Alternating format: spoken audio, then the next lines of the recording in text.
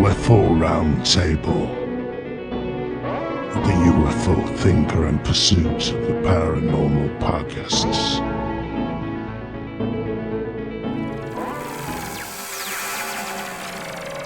Okay, so welcome back to another monthly Roundup Roundtable with myself, Frank, UFO Thinker podcast, with Ash and Greg once again from Pursuit of the Paranormal podcast. How are we doing, chaps? All good? Wonderful. On fine form this evening, yeah? Wow. Oh, yes. Yeah. It's quite late in the day, so yeah. Yeah, it is, yeah. We might have to reschedule them, start doing them a bit earlier. We'll see how it goes, eh? But it's usually all right. We've usually reserved a bit of energy, haven't we? Yep. And we are joined once again by our resident crypto-terrestrial entity, Dave Smethurst. How you doing, Dave? I'm getting a bit sick of being typecast here as Mr. Crypto, let me tell you. Even though it's probably quite accurate, but anyway, we can. Yeah, no, that's good. Yeah, I've been enjoying it. Been enjoying the Paranormal Round Table. Very good. I've enjoyed that. Yeah. Floating table might have been more appropriate, but round table we'll go with, I think. Very good. I've really enjoyed it anyway. Very good. Yeah, it was good fun. Excellent. So, yeah, there's been an avalanche of things happening this month. So inevitably, there might be little bits that we'll miss out, but we'll do our best to kind of cover all the main points. And during the most intense part of the UFO news cycle, Ash decided to go off-grid to the wilderness of Spain or something, wherever it was you went off to. Yeah. So there may be a few bits that some of us might not be fully, well up on. But as always, I'll introduce the topics and we'll go around for some discussion and whatnot.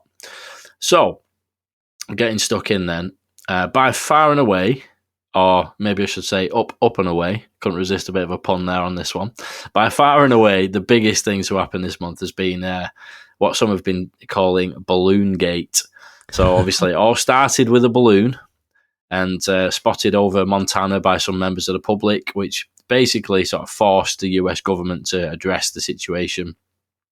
NORAD said in a statement shortly afterwards that its commander, General Glenn Van Herk, assesses that the balloon doesn't present a military or physical threat to people on the ground, and the balloon is travelling at an altitude well above commercial air traffic. So there was a decision not to shoot it down initially, allegedly due to the risk to civilians on the ground and whatnot, but also many have speculated that might be a decision to kind of gather intelligence from the balloon for as long as possible before taking it out. I know some people suggested that shows like weakness from the US government and it's embarrassing, etc. But I tend to think that they perhaps knew about it probably before it was even spotted by the public and allowed it to carry on its path so they could monitor it and whatnot. And I have spoken to a few people about that as well, people with expertise and military backgrounds, and I think that's generally their assessment of the situation. But that initial balloon was shot down by an F-22 fighter jet off the coast of South Carolina on February the 4th, and the footage was filmed by people nearby and went viral online. And then it all kicked off. In the following days, there were various reports coming in of three other objects being shot down. To quote Tim McMillan, writing in the debrief, quote, 3 objects shot down near Dead Horse, Alaska on February the 10th, over the Yukon in northern Canada on February the 11th, and Lake Huron near the Canadian border on February the 12th, and are suspected of having been benign, amateur, hobbyist or research balloons and not the work of state-sponsored espionage. At least one group, the Northern Illinois Bottle Cap Balloon Brigade, has said that one of its hobby balloons went missing in action. I had to actually Google that just now to make sure that was real and not like a joke, but it's actually a real organisation apparently. But yeah, anyway, they basically said one of their balloons went missing over Alaska on the same day that an F-22 downed the object over Canada's Yukon territory. Apparently, speaking on condition of anonymity, as they weren't authorised to speak on the record about the recent incidents, a US intelligence official told the debrief that the objects behaved like balloons and that RF and VHF signals were also reportedly detected from the objects during daylight hours, which is apparently consistent with transmissions that would be detectable from the small payloads carried by some hobbyist balloons. So certainly gives some indications there of what they were, but obviously there hasn't actually been any footage or anything, and there's a lot of questions around all this. Why is there no clarifications coming about the objects? The DoD hasn't released any images or video of the objects that were shot down, despite releasing like a selfie taken by the pilot of a reconnaissance plane showing the initial Chinese balloon. And this has led to sort of speculation running wild online. There's been apparently no success, so far at least, in retrieving the downed objects, and no further shootdowns have happened since that initial group. And we're sort of left guessing really at this point. But, what definitely did happen as a result of these shootdowns was that it got everyone talking. Mainstream media were reporting on UFO shootdowns and basically crash retrievals. It's pretty wild to see. And, be interested to see what you guys think. And as promised last time, we'll start with you, Greg, because I sort of left you out to the end last time. And that's all. What do you reckon, mate? Well, first of all, the funniest thing was, like you mentioned, Ash went fully off grid, no internet or anything, and the day does. It all happened. It was the funniest thing. And when he comes back, it was all over. And that was the weird thing about it all. It happened, then something else has kicked off now. It's completely disappeared. So the first one definitely looked like a balloon with some kind of metal payload below it, which looked like what a satellite looks like underneath metal objects. But the interesting bit is, like you say, that they didn't show, and there's no proof of any other one that they shot down. They've just said that they shot them down.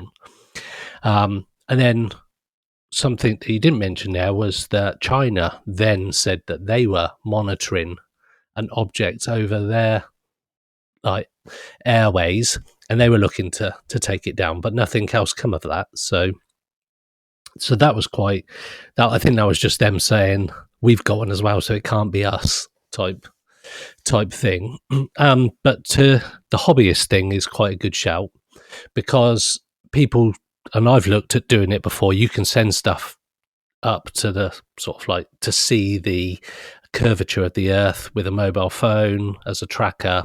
It goes up, pops, and comes back down again. But I don't know. It's such a weird thing. They were talking about unidentified flying objects, specifically called them that, rather than unknown whatever, balloons. They were specifically calling them unidentified flying objects, which I found particularly intriguing, that sort of language would be used coming out of the government agencies saying we're going to shoot down unidentified flying objects, which is the kind of disclosure that everybody was hoping for, but the kind of wrong kind of disclosure, if you see what I mean. So yeah, I thought it was a great few days. Everywhere was a buzz with talk, and I was lucky enough to be watching Ryan and Vinny talking on Somewhere in the Skies on YouTube, and it was all kicking off at the time. There was things being reported as they were on YouTube live, so it was it's the weirdest thing. It was like watching Sky News, but with Ryan and Vinny. So, and they were a bit startled as well. But yeah, I thought it was intriguing, fascinating, just what we needed to sort of get the juices flowing again after the reports and everything sort of was a bit of a damp squib. So yeah, loved it. Nice bit of excitement, wasn't it? At the very least. I mean, I was saying on my show that I did, like a solo show, just talking about that and a few other things, just after it happened, that like people that would never normally talk to me about UFOs don't even know that I've got a UFO podcast. Like my mum was saying, like, what do you think about them UFOs being shot down? And I was like, wow, what the hell?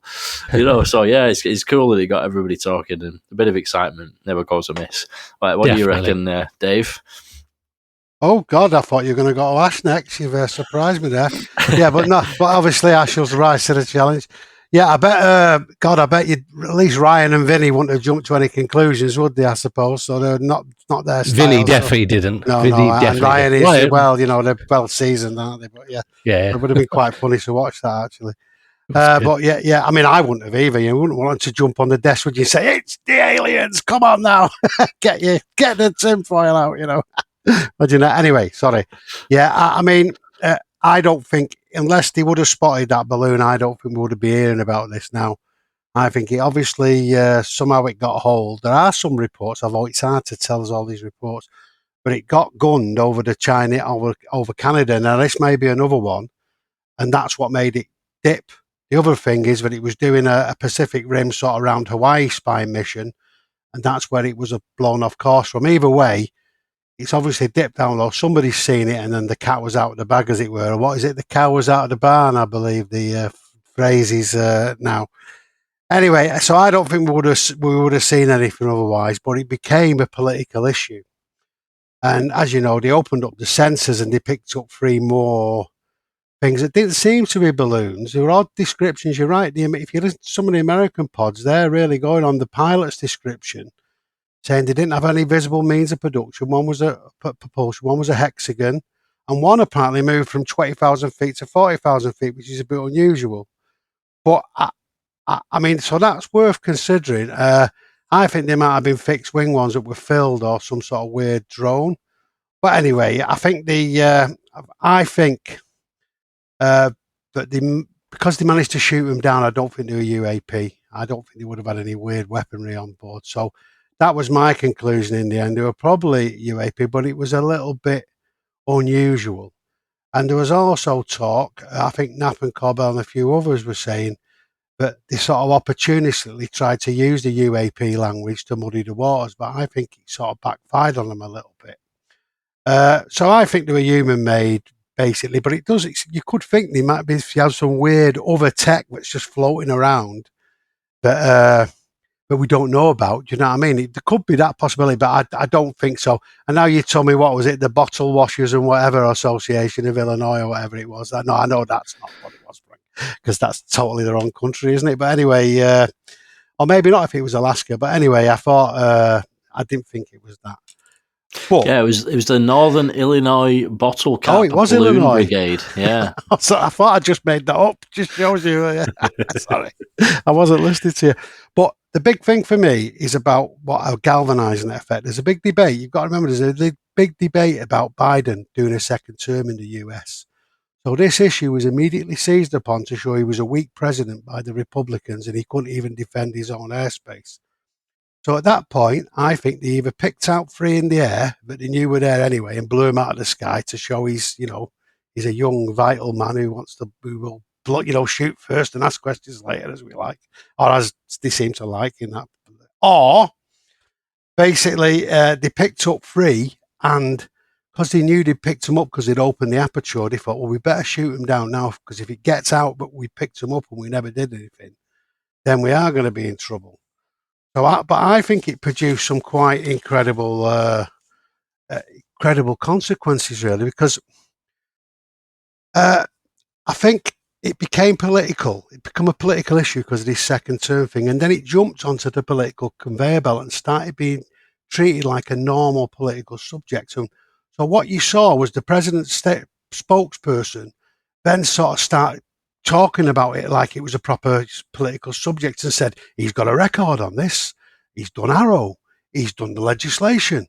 And so immediately, what was peripherally, he didn't want to touch it with a barge pole. Because of the political machine, now it works, got pushed into the centre stage. And I don't think they were really sort of expecting that either. So I thought that was that's quite interesting. And I think, there's another issue as well that happened. Biden, as a consequence, set up his own UAP group away from AARO. And the rumour was because he's not confident in the information he's getting. And there was an article in Liberation Times that said, but basically, where apparently a senior naval intelligence officer went to the White House and said that you do know the Air Force isn't telling you everything, don't you? So there's also been this big thing now about what's happening. Is it AARO? What's this task force? The White House don't trust the Pentagon. And finally, I think we can see how much interest there was in this. Well, I'll talk about that in a minute. I'll see what Ash thinks first. But there was all these unintended consequences or happened, and it shows what a tiger by the tail this subject is. It kicked off. They maybe thought they could mess about with it and get some capital out of it, but as soon as it became political, it got on that conveyor belt, and Biden had to stand with it on his record, which had this massive effect of really boosting up the legitimacy of the subject. So, yeah, that was the big takeaway for me and the most important thing. It moved it to centre stage. Yeah, it really did, didn't it? Get everyone talking, and it's just fascinating to see it unfold. But yeah, how much did you manage to catch of it all, Ash? Have you caught up with it a bit? What's your thoughts on it? Yeah, I caught up with it a bit. I was gutted, because the first one happened. That was a few days before everything kicked off, and then I was out in the middle of the North Sea on the ship, no mobile data, no internet, no nothing. And then I get to Germany on the Monday. I had all these messages from random people. We've seen this. What do you think this is? People, say random people you wouldn't really talk about UFOs with, just send those messages. We had loads of media inquiries through the website, which I'd missed most of them because it's sort of come and gone. And then, apart from Jamie Kyle, who we told to GTFO, but it's what's happening? And then back on the ship again, so no data until Friday. So I was trying to find out what's happening. You had the BBC World News Channel. And there's a little bit on there, took some pictures of it where we're sort of seeing a brief bit about it. But apart from that, I was gutted to miss it all. And then to come back and I was trying to catch up with everything. I was trying to make the connection between balloons and UFOs. Because it was now obviously they come out and government said it was it was balloons that shot down. So I'm trying to think why the connection with UFOs. Why has it all been UFOs in the media? And when they say that it was a hobby balloon, surely they would know it was a hobby balloon or a balloon group's product, not something that's a risk to airspace. So it's why they're shooting down. Surely they see tons of these all the time, in the air. Surely that's the thing. So I was seeing in the UK they have weather balloons or it's sort of hobby groups and universities that set off balloons and send them up. And so surely they won't shoot down one of them and have all this over that. So it's all a bit weird. I still don't understand the whole UFO connection with it. But it's been good. It's been good to see the interest, and obviously get press on it is always a good thing in this sort of a proper manner rather than Daily Star manner, what we usually see, to see proper sort of UFO being shot down on BBC News and it's not a joke story and actual things being shot down. So it was good. Good, I missed it all. But I think until we see some video footage or some other evidence from the other three that they've shot down, then there's not much we can do. But it's, I want to see what comes next. Yeah, it's a really weird one, though, isn't it? Because, obviously, there are certain things there that are pointing towards them being hobbyist balloons or whatever, or at least one of them. But then again, on the other hand, I was hearing, people who apparently witnessed the things being taken down and whatnot, and there was some talk of one of the objects, shattering, glass as well, which you sort of wouldn't expect from certainly not from a hobbyist balloon, and lots of very strange language, like you were saying, Greg, and I think we've all touched on a little bit, officials kind of referring to them as objects and not balloons, and then all of a sudden a few days later now they're balloons again. It's what is going on? And it's really a mixed bag of different opinions when you look online on Twitter. I actually did a poll on my Twitter page. I'll just try and pull it up to read the results out. But essentially what it showed was that there was no real consensus. It was a pretty even mixed bag across all the various different options. It was, adversary spycraft, non-human, advanced tech, weather monitoring device, or large civilian balloons, as in hobby balloons. And it was 30%, 26, 23, and 18. So it's kind of almost an even split. There's no real sort of consensus of opinion on it. And I think part of the reason is because there's such a confusing mixed messages put out by all the officials who've been talking about it. It's almost like they want to create confusion. It's really bizarre, isn't it? But did you want to add some more bits on that, Dave?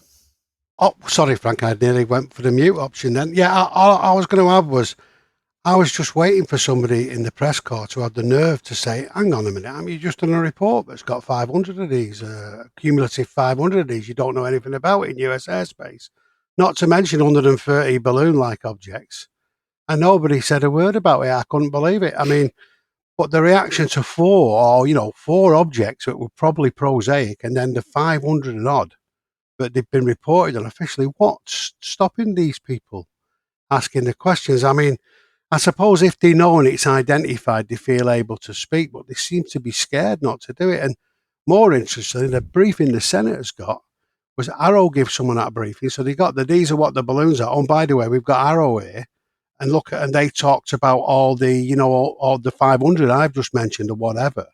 That's why that senator come out a bit flamboyantly, lock your doors and, the cows out of the barn and all that. Clearly those two issues politically were sort of mixed up, which again goes back to this thing. So, but this differential reaction was weird, but Rubio come out and made the point about that differential reaction. Gillibrand made the point it was important.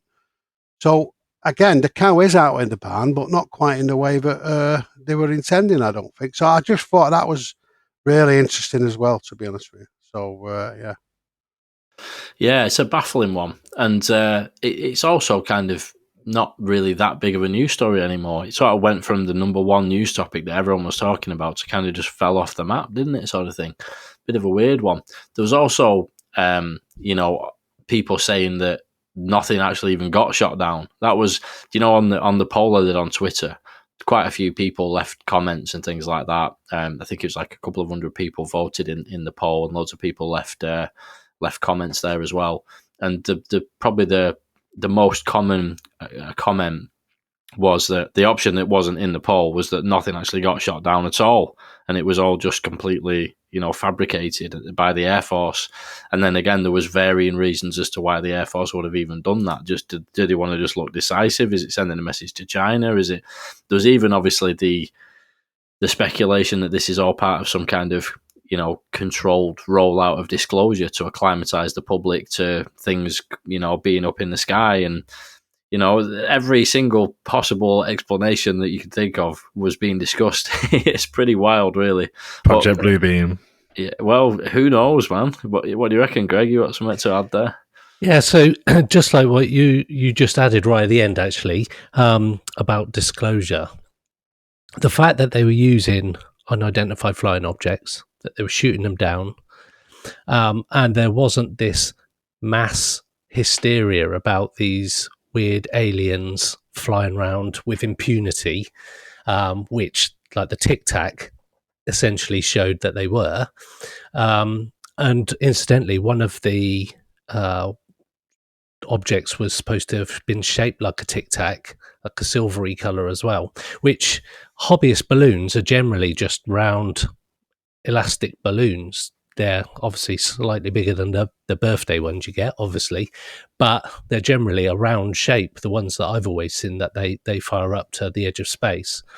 So it's interesting because when we were going through COVID all those years ago, and that the press would leak stuff, see what the public reacted like with the lockdowns and these new measures they were bringing out, and depending on what happened, these ideas went forward or they didn't. So I'm just thinking, is there a possibility that they were, like you mentioned, like a controlled disclosure by putting it out there, knowing full well it is balloons, but putting it out there that there's these unidentified flying objects that we can take down in the sky, all these different shapes, and see what the public says. And if everybody's okay with it, which I think they were, there was no like joke stories about invaders from Mars and landing on the White House.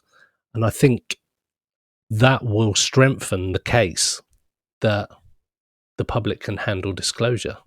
And that could have been an unintended byproduct of the first balloon, which was clearly a Chinese balloon or whatever it was.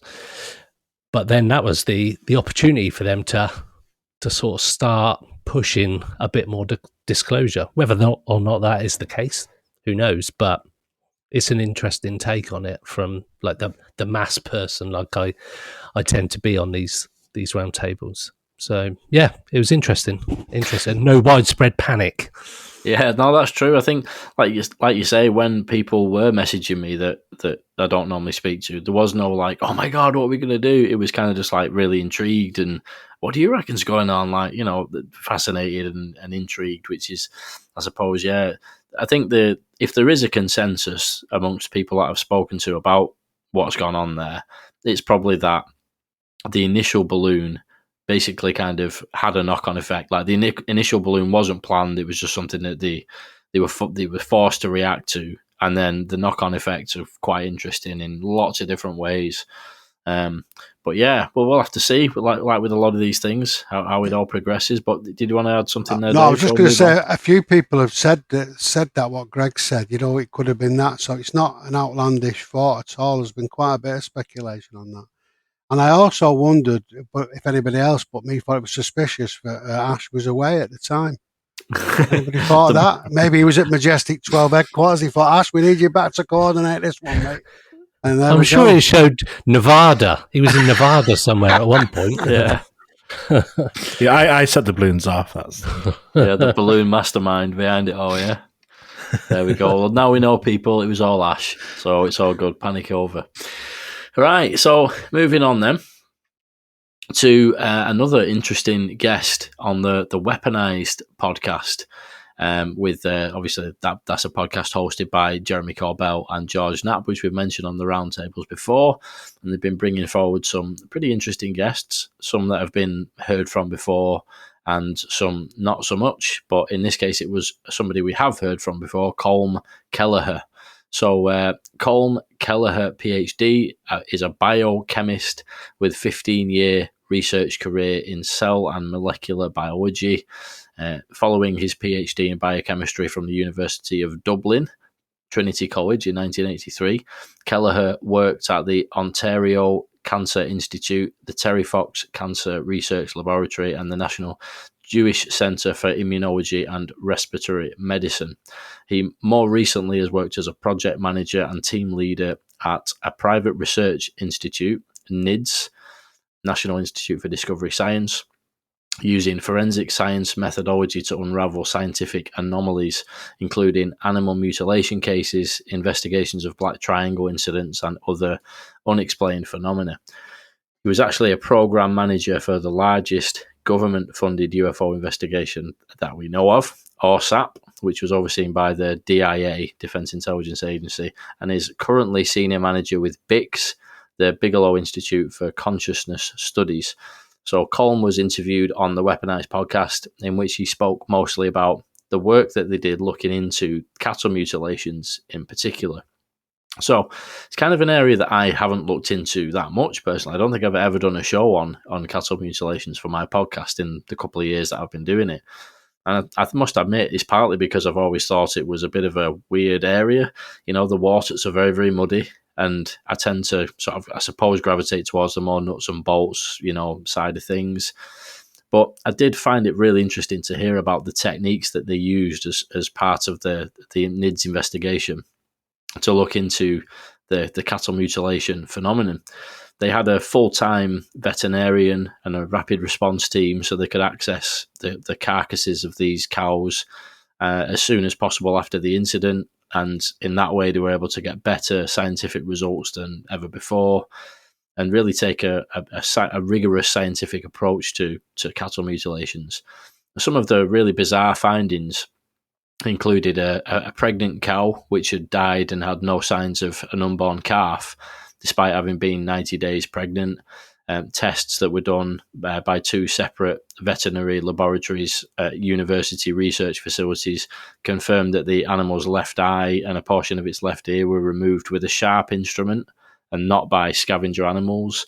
And typically the eye and ear are removed in these kind of cases. And a full necropsy yielded a heart that had appeared to have been blown apart and shredded, that it described as. And the heart itself was just like disintegrated when it was touched, even though the pericardium, which is like the sac that surrounds the heart, was completely intact.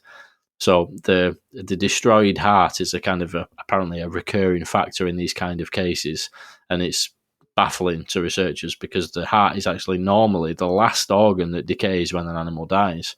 So it's an extremely complex area to look at. And having heard the interview with Colm, I realised that the waters are probably even more muddy than I initially thought. Some of the cases seem to defy explanation as to how anything, humans or animals, could have done it. But there's also some sort of evidence that there's like a covert government monitoring of cattle, like an intelligence agency operation, which actually sampled tissue from cows to monitor the spread of diseases which were similar to the mad cow disease outbreak back in the UK, back in the day when I was younger.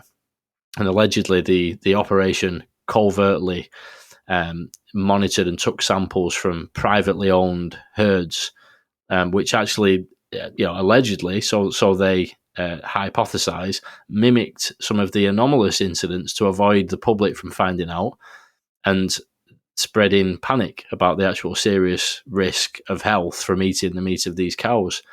So also, potentially, the phenomenon itself could have mimicked the human efforts in a similar way, in something that Colm refers to as a bidirectional mimicry.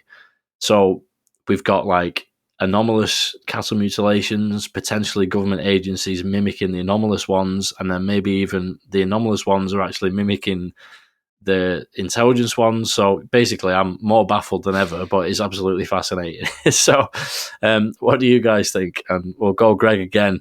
Double dose of Greg. Yeah. So I was doing a bit of research on this earlier because Colm Kelleher done a lot of the hunt for Skinwalker back in the day with George Knapp when it all kicked off as well, and wrote the book with him.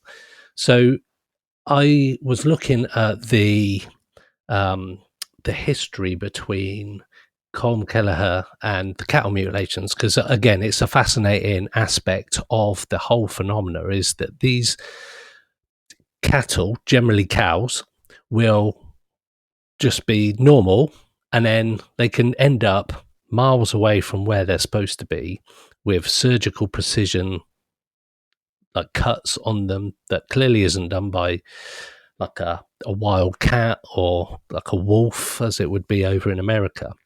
And this is where I saw the link to mad cow disease, and the link between mad cow disease and undiagnosed Alzheimer's in humans, because there was the mad cow issue back in the day.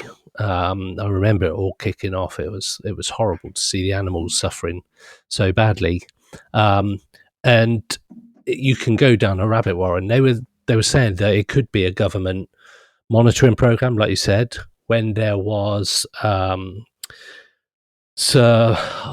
was it called now? I'm trying to think of the disease. Anyway, there was this, they were following cattle and the spread of this particular disease. And what they were doing is they were actually lifting cattle via helicopter, taking them up, surgically removing bits, and then dropping them down, which is the typical cattle mutilation, that these cows just appear overnight with mutilated bodies. But there's also a report that they found that one of the cows had a needle underneath it, like a hypodermic needle, which meant that the size of this needle could drain a cow's body of blood within 30 minutes, which is typical of a cattle like a typical cattle mutilation. It's been one of the things that has been piquing my interest for the last couple of decades anyway, is cattle mutilations, because I find it very weird, just weird that these animals can just vanish and come back modified to, like, with surgical precision. But the Colm Kelleher one, it's interesting that he was talking about the way that the cattle weren't tested properly, and it highlighted the fact that only, I think it was 3 in 350,000 cattle were actually tested for bovine spongiform encephalitis, which is BSE, which is the cattle version of mad cow disease, or Creutzfeldt-Jakob disease, I think it's called, something like that. Creutzfeldt-Jakob disease, which is the human version of BSE. So yeah, I started to go down a bit of a rabbit hole, and I'd not heard of his take on the subject, but absolutely, and it's something I need to look into now. But it was a different angle I hadn't thought about. I thought it was aliens, in inverted commas, taking these things away to be subject to some kind of forensic study. But interestingly, if it was aliens, why, when people are taken up and abducted, why are they not surgically and forensically dissected to understand how they work? I don't know. But it's just a massive rabbit warren just opened up, and I'm just about to go down the hole later after this episode, because I find the whole thing fascinating, and the fact that it could be government studies just to see how disease perpetrates its way across the country is another fascinating conspiracy, I suppose you could throw in there. But yeah fascinating. It's the muddiest of muddy waters, isn't it? Oh, it's super difficult to understand, but really interesting. And, like swimming in treacle. Yeah, but yeah, we'll talk about this again at some point, because I'm definitely going to go down that rabbit hole. As I say, it's not there's so many different like subgenres within the UFO topic. It's just not one that I've ever really got into, so far. And yeah, I think this marks the beginning of my cattle mutilation journey. It's quite a macabre. Here we go. It's going to be a macabre journey, but I'm all for it. So what do you reckon, Ash? Yeah, I think with cows, the whole subject always been interesting. When I first started getting books out, when I was a kid, there always seemed to be cattle mutilation there with the black and white pictures and stuff. And with Colm Kelleher, some of the stuff he talks about is really, really mad, and it's really interesting to read it. And like I say, Greg mentioned the Skinwalker books, and they had cattle mutilations and stuff on Skinwalker. Government thing of it, I mean, would they not cover the tracks a bit more? Would they? I know that sort of these things happen kind of in the middle of nowhere on these ranches and stuff like this, but you'd think they would, if they got all these tools to do these sort of experiments on them, on these dissections, why don't they just get rid of the bodies themselves rather than returning them to the farms or whatever to be found? That seems a bit odd. And we touched on it a couple of weeks ago, Frank, a bit briefly. Sorry, I'm losing my ability to talk again. Still recovering from a bit of illness. And I would love to have a cat mutilation case. The one in Tomperton not too long ago in the UK. And then we had sort of outbreak of horses being mutilated in France not too long ago. That sort of made the news, where same thing was happening but to horses. And I think if it's sort of following like mad cow disease and stuff, were they doing the same for horses? Why was it in France? Well, it is weird. Like I say, it's a fascinating subject. It's interesting to hear Colm talk about it. I need to read that book to learn a bit more about it. But yeah, with you two guys, super interesting thing. It's really weird. It happens a lot in the UK as well, which is good. It's not just a US thing. There's been quite a lot of cases in the UK which you can look at, or what I've looked at in the past. And I just want to be able to get out there and investigate one and see. So it is really weird when you see like the tongues cut out and the blood drained and like genitals took out and all this stuff. It's like, what the hell is going on? And it's just, yeah, let's find a cow to investigate. Yeah, it's pretty grisly. I mean, yeah, like you say, we did touch on it a little bit, and there's quite a lot of farms around, in the UK. You're never too far away from farmers' fields, and yeah, well, you can get out there, Ash, and get stuck into some cows, eh? But I was just thinking, I know you mentioned in France, why would it be with horses? But don't they actually consume horses in France as like horse meat? I think it's quite a thing in France. So I suppose that technically could be, an explanation for that. But who knows? Definitely worth looking into further, eh? Well, again, like, why leave the bodies? That's what's so weird about it all the time. Yeah, leaving the bodies is a baffling one. Like you say, if you were going to do something like that, you'd think you'd just get rid of the entire animal, wouldn't you? Why would you leave evidence there, But I don't know. Mm. Just the beginning of my cattle mutilation journey. I haven't got any definitive answers, I'm afraid, at this stage. Well, then again, I don't think Colm Kelleher does. It's a very baffling one, isn't it?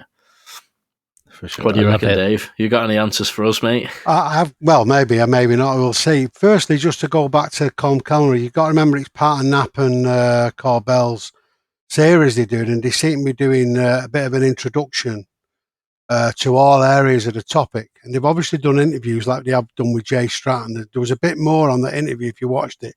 They obviously talked to him a bit more about the work he'd done on the Nimitz and all that later on. That must be to come now. So they're obviously doing this, and we've had no pun intended, but they're throwing a bit of red meat to us guys who know about it, or us people. And they're also doing a bit of an introduction for people who don't know. So it's part of that, and it's really good to watch. So that's why I think they focused on that, because it's a little bit like UFOs in a way, cattle mutilations, in that when you look at what's happened, it can't really be done by humans. And I'll go into that, I'll qualify that in a minute, because I know obviously bits of it can be, because that's what he was talking about. But generally speaking, it's unexplainable. Now, Colm Kelleher started to talk about, he went straight in at the start of the interview and went to the prime nature of consciousness, said that was really important. That was a way to look at things. That was a way to understand the UAP thing. And if you think about his link to the NIDS group and Skinwalker Ranch and all that, which was all linked to NIDS, NIDS is linked to ORSAP, and all these people have got these connections. There seems to be this thing around this new science that takes consciousness seriously, or other forces. And one of the things he said he liked about NIDS was that they were all focused on discovering anomalies, which is another thing Gary Nolan said. So clearly they picked on this as an anomaly they want to look at. But generally with cattle mutilations, it's a big famous thing. I mean, Linda Moulton Howe made a name on it when she didn't go into such strange territory. That was her main thing. She was a reporter, and she started reporting on it as a tale. He went up to one of the farmers, he said, our deputies, and the sheriff it was, he said, forget about this. He said, it's aliens who are doing this. Have no mistake. There's nothing that there's lights, there's this. And he was convinced it was some other force that was doing it, because it wasn't some sort of Satanists or, people having a laugh or whatever, or predators. And that was the first thing and it really stuck with her. But they did a big study, NIDS, of all this in the 60s and 70s. There was thousands and thousands of this happening to cattle. Same sort of thing. They'd take off a bit of the ear, the eyelids, the lips, the anus, reproductive organs, a few other things. Nobody was ever caught. And it was just amazing. Why would they do that? The anus was clawed out, and as I say, they took sort of fetuses out and things like that.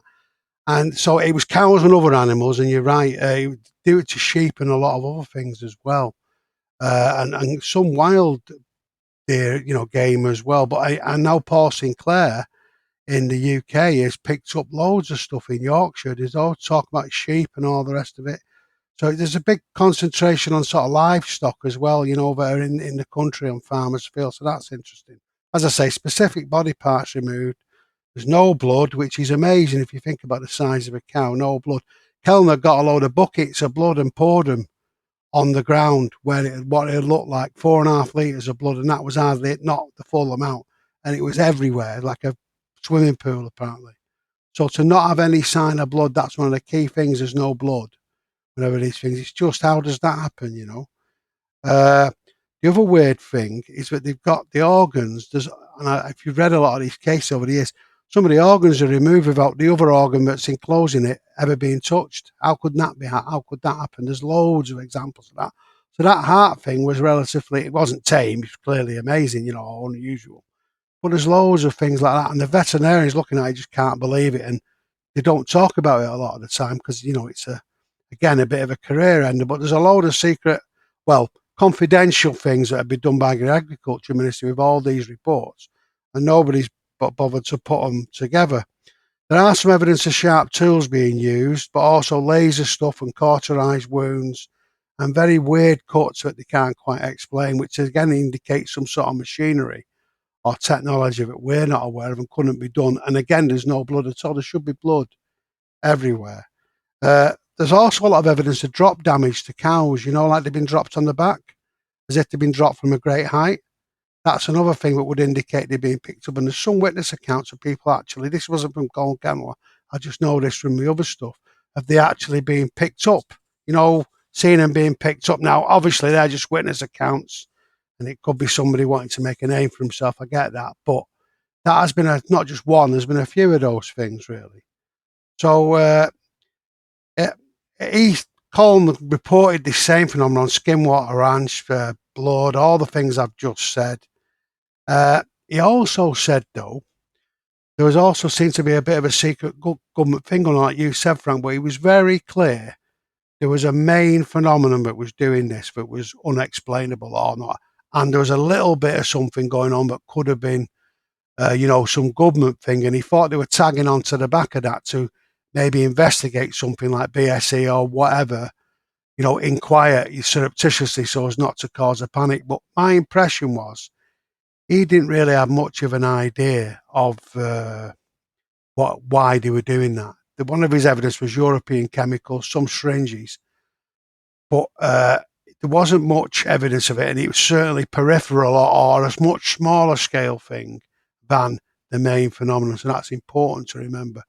Just before we go off on this, Greg, there are some reports, a few of them, about this happening to humans as well, and people that they sort of come out more recently. I've seen it on Twitter and a few things, but I've heard about it for a bit. There was one case in the 50s where a US airman was taken in the desert, and he had his anus clawed out and a few other things, and lips removed and all that. And there's been a few persistent reports of that going on, but apparently they've been hushed up because they don't want to panic people. It's not a common thing, though, and you would assume that whatever's doing it, he's doing it to a livestock, an animal, rather than to us a lot. But there has been cases of that, and apparently that's a real taboo. Don't mention that, you know what I mean? Because you can imagine, can't you? That's horrific. Well, it is horrific. It is horrific. So I suppose you come to the question of why are they doing it? I mean, and the answer, I don't know, yeah? But I do know that I don't think a lot of what's reported could have been done by our current tech. I'll tell you that much. It just seems impossible, and so the blood, maybe, let's assume it's the others taking it and they've got some sort of purpose. The blood, they might need that to make plasma, because if they've got advanced bioengineering, then that could be like a fuel. They could, or a thing they could really work up. So, because why would they want all the blood? All the body parts, I've often thought there must be something special about those particular body parts that we don't know scientifically, where they've got a concentration of things, in those particular parts of the body that they can use, or a DNA signature, but something we're not aware of scientifically, because it's very specific and very, it's very consistent,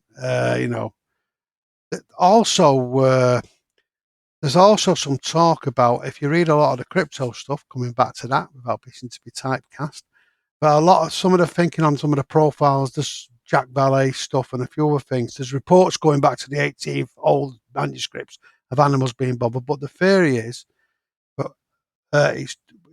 people who think cryptos are doing it, is that the animals are encroaching on their land and they don't like it. And it's a bit of a scare tactic to scare the farmers away or to stop it. And it's something that happens. And there were old reports of that in, I think, one of the fairy law books, in the 18th century, that famous one. And so that's an interesting thing to think about, isn't it? Because if it's a predominantly livestock or wild game that comes into an area and they do them in like that, they might. And Colm Kelleher specifically, it felt like a psyop, he said, when they were looking at the cattle. He won't talk about the human, what he thought was a human. He was talking about one that he thought was a proper one. And it felt like it was done to terrorize them, the way it was done.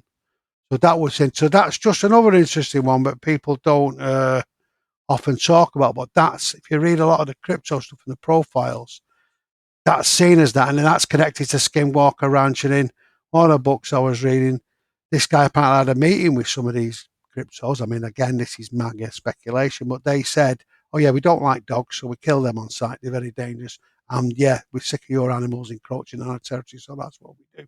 I mean, I'm paraphrasing. I'm sure it was a bit more otherworldly than that, what they were saying, but that's essentially what they said.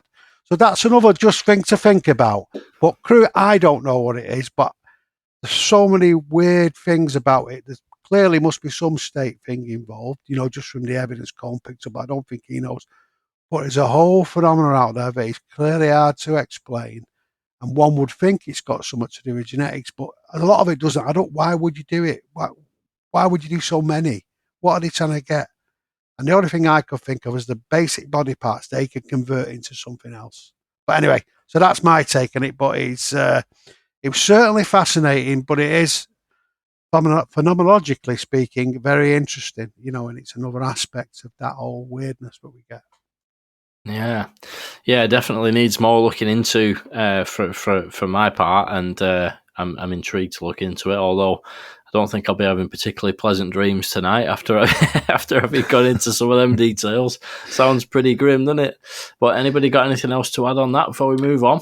Yeah, I just wanted to say, like, coming back to sort of why they leave the bodies and stuff, because if it's someone that's sort of taking them, obviously there's cost involved in doing the experiments.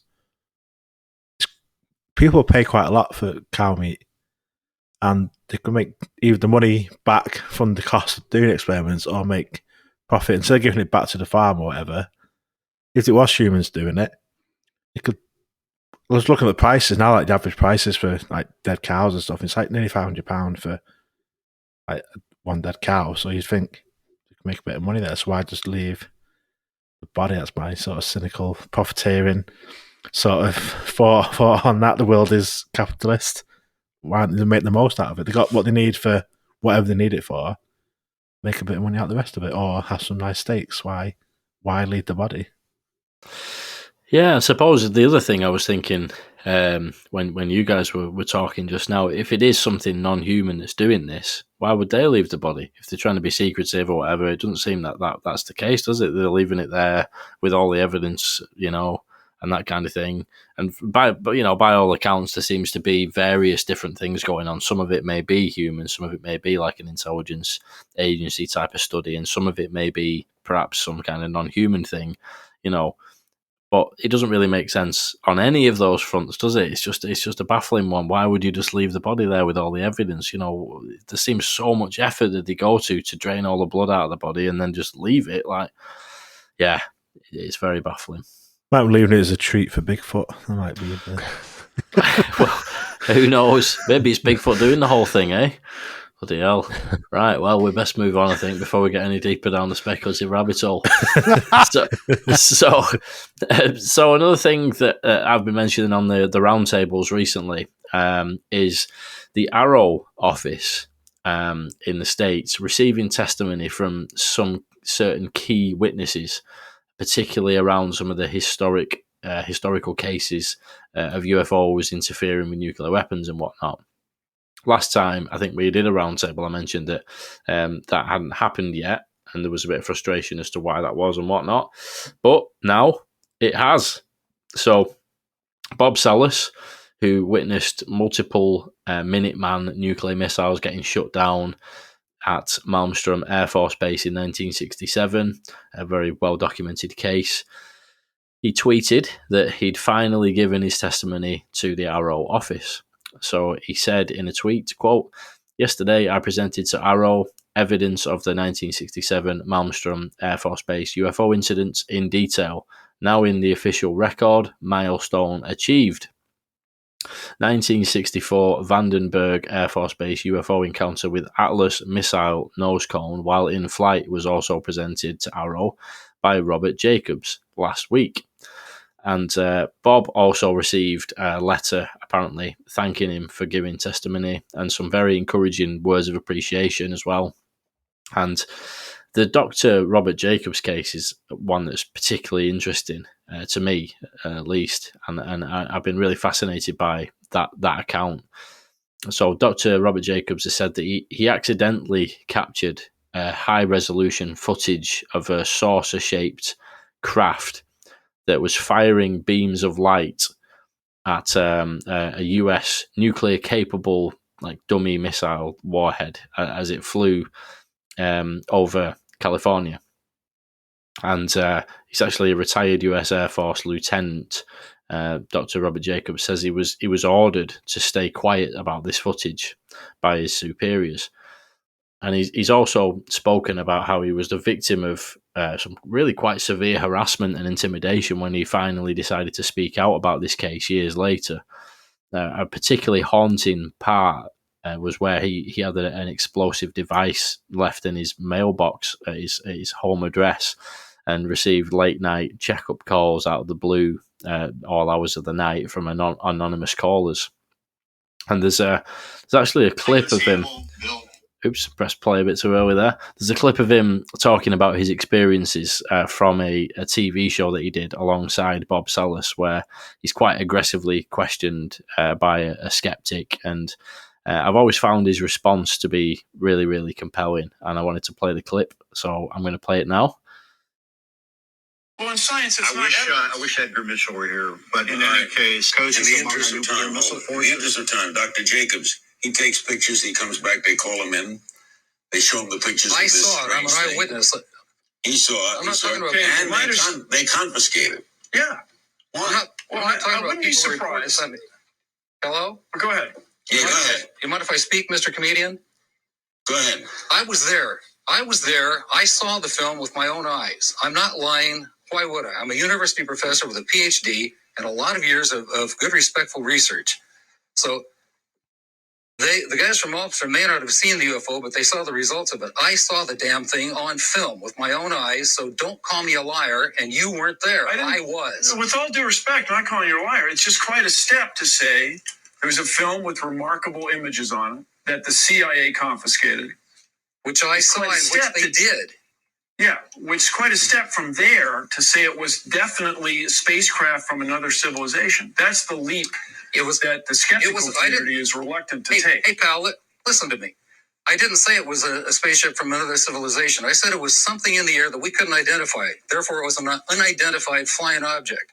It was shaped like two saucers put together with a golf ball on top, and it fired a beam that we assumed was a plasma beam at a dummy warhead and knocked it out of space. Tell me what happened. Tell me who did that. Tell me in 1964, who had that technology, pal? Not us, and not the Russians, and nobody I know of. Nothing. There's nothing in our inventory that could let's do this other little. So yeah, super fascinating, and kind of get chills every time I hear that little clip there. And there's just some sort of like really sincere passion in the way that he's talking about that. And when you look into that case, I just find it amazing. And it's really interesting to hear that now, in 2023, that case is being taken on board by this AARO office alongside the Bob Salas testimony. I suppose, the big question is, will it make a difference? What will AARO do with it? I suppose it all remains to be seen at this stage, but just it's a case that I've always had, as a really up there case for me personally. So great to see a bit of progress. So what do you reckon, Dave? We'll go to you, mate. Is that encouraging signs, or what do you think? Oh no, I definitely think it is. I mean, funnily enough, they got a letter, Robert Salas, from the AARO person. I read it. He put it on Twitter. It was a really good letter saying thanking him for his service. It really felt sincere to me, and believe me, I'm extremely cynical about AARO and all the rest of it. So if I thought it was good, it probably was fairly good. And it was, he said thank you, and so it seemed like there'd been a bit of a sea change in terms of the sort of culture there. As much as you can read anything from it, it wasn't the normal, yeah, thanks, and we respect you sort of thing. It was. I thought it was really good. So they've clearly got a couple more stuff in there, although we might get around to talking about something else that shows they haven't got many more. And you've got Robert Jacobs, like you say, he's a passionate guy. That's well documented, that case. And, we've heard about that for a good few years. He's never changed his story. And also Sergeant Mario Woods, who's been contacted, apparently. And he was one of the Air Force missile bases. And he was abducted, apparently, at one of the silos. There's a big case about it. He's on Ryan Sprague, I think, the full case. And very, and they've all got this nuclear connection, really. So it looks like, but they're targeting the nuclear connection first in terms of who they're talking to. Might not be, but so the next one might be this reverse engineering thing as well. So to me, Melinda Leslie was talking on Spaced Out Radio, a big panel thing they did about how she's hearing more people are being contacted. She's pretty well connected, Melinda Leslie. So I think it's gradually gearing up, and I think a lot of this pressure, which I think is a bit of a theme of what we're hearing about the pressure from the balloons, and then what happened after that, pressure from these stories coming out from Nap and Cobalt and other areas about what's going on. The pressure is rising on AARO and all the rest of it to sort of, people want to know, and another sign of that. So I thought it was encouraging. And as I say, I'd like to see him branch out next, and that'll be the next thing to, these reverse engineering programs and all the rest of it. But don't get me wrong, this sounds good to me. And obviously, it was highlighted at the hearings, wasn't it? Will you come find out about that for us, sir? I think he said to him something like that. So maybe that's why they've targeted that first. Yeah, and I think I do remember that from the hearings, and I think there was a commitment to look into it. And I suppose, we all said at the time, like, well, will they actually look into it? Is anything going to come of that? And I suppose this is an indication that yeah, well, they actually have, haven't they, sort of thing. So, what do you reckon, Ash? Yeah, I mean, the Salas case, the Maelstrom base case, is amazing. It's been obviously long documented, long talked about, and it's mad that he says that this is the first time, like, he's sort of officially sort of talked to the government about it. You'd think that, based on sort of the story itself, they would have had an interest beforehand, whether like privately or publicly. But he's saying it's sort of like finally he's got to talk to him about it. It's like, surely they would have already known about it or had stuff. I know that at the time he's supposed to have been like giving a statement to officers and stuff and told to keep quiet. So surely they know anyway. But obviously it's good to talking to these people, and I think there's been quite a few to talk to. And obviously the nuke connection, very popular sort of theme in UFOs is nuke and shutting down nukes. Even Rendlesham, as where had the light come down over where the nukes they weren't stored, but they were stored at Bentwaters. Are they going to bring them in and have them testify to Congress? Are they going to start talking to all these different people? So it's I mean, yeah, definitely a good step forward. Good to see a case that's just sort of been around the sort of UFO world for decades is getting the attention in government. And that letter that Dave mentioned, like, from the staffers on AARO, it's like calling it evidence, calling it sort of obviously his account and stuff is really good, like good wording. It's positive wording. It sounds like they are really committed and want to get that information, which is sort of different from what I've been seeing in the past, where they either gloss over it or just kind of neglect it altogether. Whereas this seems positive, and we want people like you to come forward. We want to get this information like on record properly, rather than just sort of anecdotal. So yeah, it's interesting. It's really interesting. And it'd be interesting to see who else they talk to, especially around sort of when they're engaging with sort of equipment or planes and stuff, which there's been lots of cases of. So it'd be good to see that going forward. Yeah, definitely. I think I was just quite like, on a sort of personal level, quite happy to see a bit of vindication, really, for Bob Salas and Robert Jacobs there, because obviously they've been talking about this for decades and decades, haven't they? And been ridiculed in the media, and sort of all sorts of headlines written about them and whatnot. So it is nice, especially as they're getting on in years. It's nice to see that they've had that bit of vindication there, and at least they've had the stories sort of added to the official record, as Bob Salas puts it. But what can actually be done with those cases at this point, so far down the line? Like, is there actually going to be any data that they can go and retrieve out of archives and stuff, or is it just going to be a case of, right, we've added it to the record and let's move on? Do you know what I mean? I guess we'll just have to see. But as I said, the vindication's good to see. What are your thoughts, Greg? So yeah, interesting. Again, the clip that you played, if that's not somebody in my eyes that believes what they're saying is the truth, I don't know what is. And that's the kind of person that I think they need to speak to, is someone who's not afraid to sort of say, this, you weren't there, I'm telling you exactly what happened. Don't say it's fabricated or whatever, because you weren't there, I was. And it's interesting because it's backed up by a letter from his lieutenant, his flight lieutenant, I think it is, a few years afterwards, that said that he viewed it 4 times, this footage that they claim to have captured, and then it was taken away by the CIA. So I don't know if what that implies where they could go next, because they could say, well, we've got the Navy, we've got the RAF, we've got the Army and the military. But what are the CIA? Why have they been so sort of welcoming of footage to go and put it somewhere undisclosed? What is the defence significance of these 3-letter agencies getting involved? Because they're not military, they're not like the CIA are obviously shady as hell a lot of the time. But what is their part, and what do they know? What have they known? And will they be subject to being called in by Congress? And what can they just get around it by just sort of saying that they can't say defence significance or defence of the US? It's kind of like what part are they playing in it? Because they clearly have known about all this sort of stuff for a long time. And is AARO and are the government sort of investigators in all of this? Are they going to go for these 3-letter agencies that clearly know more than they're letting on?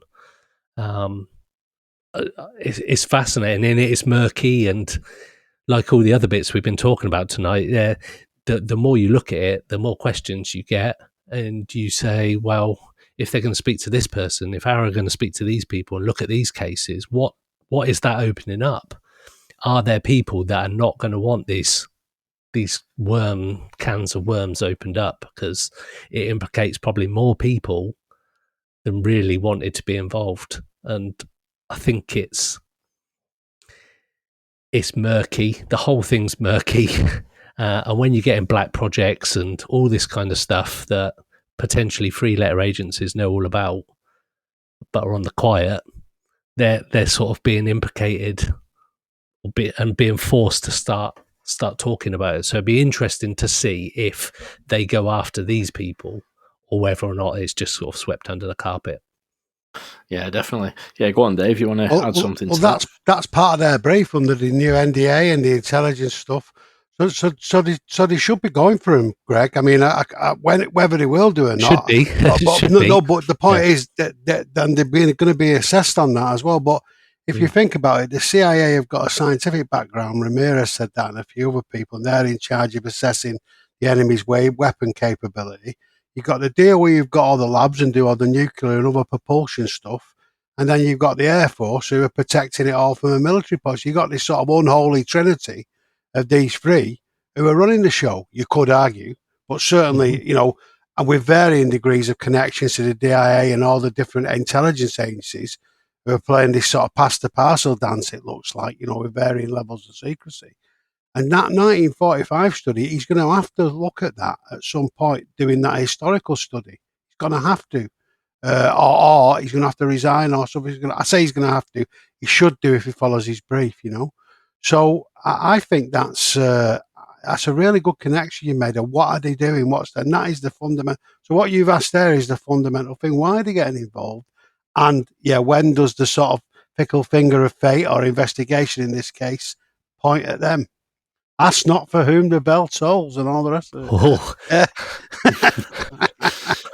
Yeah, exactly. And Ash and Greg, you want to add anything to that? Because I think Dave's going to give us a bit of a rundown of a couple of other bits and bobs that have been happening with the crashed saucer overseers and whatnot. There's been a few things actually happened today that I've not really fully digested yet, but I think you've had a look at that, haven't you, Dave? So yeah. If you want to give us a bit of info about that, that'd be brilliant, mate. Is that? Oh, yeah. Okay. I mean, I'll try and keep it quick because I know time-wise we don't want to go. I know you do know I do have a penchant for going on. Firstly, I'd like to say hail Ash's UFO report, UAP report that came out. Fantastic work, brilliant, great to hear it on. And I would also note that you were actually away at the time when the Guardian rang you to break it all over Britain, weren't they? I seem to remember. Another spate of fantastic timing as well. Just thinking you'd never bloody get a lucky break. So, but we are working with them at the moment. No, I got that. No, I was going. You beat me to it because I was going to say you've got that connection, haven't you? But I thought that is terrible. But seriously though, I thought that was a brilliant effort. It's great to hear you talk, man. And we should all acknowledge the sort of work you're doing. Fantastic. Anyway, so I just wanted to get that in for you, in case we don't get it in at the end. Thank you, Dave. No, but with the George Knapp stuff, basically he was on again. what's it, Weaponized, I think. I know you all love that name, Weaponized. But he's with Jeremy Corbett, and he was interviewed. And it was really just, he was talking, and the key thing about this interview, he was naming names and saying what had happened, things he's never talked about Nat before. He's talked to loads of people. He knows where a lot of the bodies are buried, literally and metaphorically, and he's kept it quiet because of sources, and he's gradually talking more and more, and this is what this podcast is doing.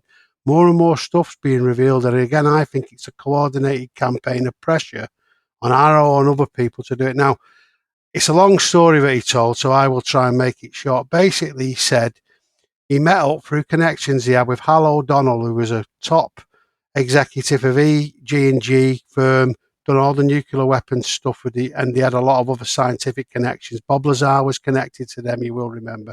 He was a top executive there, had total best security clearance, and he, after a bit of coaxing from Knapp, and I won't go into all that, that's a long story, basically told him that he was part of a team where they recovered a craft. He didn't say it was Roswell, but it must have been, or it could well have been from the description. They'd recovered in New Mexico. They took the craft, and they'd also got a being from there. And because apparently he said to George, we were worried it was going to escape. And he went, what, the craft? He said, oh, no, the being. And they actually had this being there. Now, interestingly enough, and this may stretch credulity a bit, but it didn't for me, they asked him what it looked like, and he said the best description he could give was he looked like Ross Perot. Now, for those of you students of political history, it might be a bit young for you lads, I don't know. But in 1992, he ran as an independent again with Bill Clinton and George Bush Sr. He was the independent candidate. He looks quite, he's quite old, wizened looking with big ears and all the rest of it. Not that there's all, but that's what he's very distinctive looking. So he looked quite, so that was what he was described anyway. And the story was that they couldn't communicate with him at first. They learned how to communicate with him. Not this guy. He was moved away to another facility. The point is, this guy, this very credible senior guy, was telling George Knapp this story with a lot of detail, which he's never revealed before, and people have thought about it. Now, later on, you will remember, apparently he clammed up. He was told to keep quiet after that, and he clammed up with George. Apparently he's done a deathbed confession that George doesn't think he'll ever get, but he said he'd recorded it for him to give him.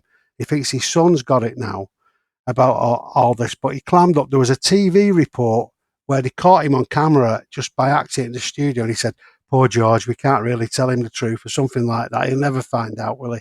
Talking to his son. So anyway, there's a few things around it. You may remember, I remember this pretty well. There was a story come out Roswell about, Roswell was all about some Nazi kids being genetically engineered and put in the craft and crashing. It was all Stalin's doing. It was just some sort of disinformation story that they were, well, in my view anyway, because when George Knapp went to Russia, he sort of disproved it all and got, even though he knew it was rubbish, he actually spoke to the people, and the Russians knew nothing about it. And Stalin had actually tasked his agents to find out all about what was going on at Roswell, if you see what I mean. So that was, anyway, there was this long involved story, but the crucial thing was this senior person had said to him, and he directly to George Knapp, and it's all depending if you believe George Knapp, and I suppose, but he is a very credible journalist, that this had happened. There was another fella called Dick O'Donnell, in the manner of some of these American agencies where they have these fantastically catchy names, don't they? And this guy was tasked by Reid and one other guy, I think it was Byrd, I can't remember, two senators, to find out if money was being appropriated on black UFO programs. And this guy went round and he was just telling them the tale about what he found out. And he thought in the end there was something in private industry that was being hidden. That was his conclusion, he said to Knapp off record. He's denied it, since public said he didn't find anything untoward. He didn't deny it, but he just used the formal words that said he hadn't found anything untoward. But anyway, so that was pretty good as well. But he, I think, from the description, was the person, if you remember in the Wilson documents where they had this terrible accountant who was going round, it nearly uncovered the whole thing because he'd done an audit trail on where the black money was going, and they had to show him the craft. And I think that was the same guy, Dick O'Donnell. But the main point was he named loads of names, defence contractors. He talked about witnesses who'd been kept quiet. He named another defence contractor that was doing a big study for the Air Force, and a woman had been intimidated there. And clearly there's this big link to EG&G with this nuclear link as well. So I can't really do it justice in the time we've got, but the point was quite a mega confession, but he was talking about very specific things that any UFO investigator could easily follow up. And I thought it was part of this pressure was being applied. So yeah, it was pretty amazing to watch it. And as I say, if you watch the whole thing, you'll get the sense of George Knapp sort of opening up on this story that he's kept quiet on for decades, or 2 decades at least, or maybe, yeah, I think it would have been 2 decades. So do you want to ask us anything about that? Is there anything, or is there any comments on that? Because I don't know if I've covered enough detail for you to get a sense of it, really. I think you covered it, mate. I think we're all good there. I mean, yeah, my 2 kind of key things that I found most fascinating, obviously, well, we were talking about this earlier on today a little bit via voice messages, was the thing of the link with that audit, and the thing about being mentioned in the Wilson documents as well was the thing that sort of put pressure on him. That was really fascinating to see that link there. But also the description of the being looking like Ross Perot. As you say, I'd never even heard of the guy, but when I've spent all day Googling pictures of Ross Perot and being absolutely haunted about the thought of this some kind of non-human being that looks like that guy, it's pretty that's pretty disturbing and yeah, pretty sad to think, really. You know, that there may be some kind of caged being that looks like an old American politician. It's very bizarre, like kind of haunting me all day, that, to be honest with you, just that thought. But Ash and Greg, any bits you want to add to any of that, mate?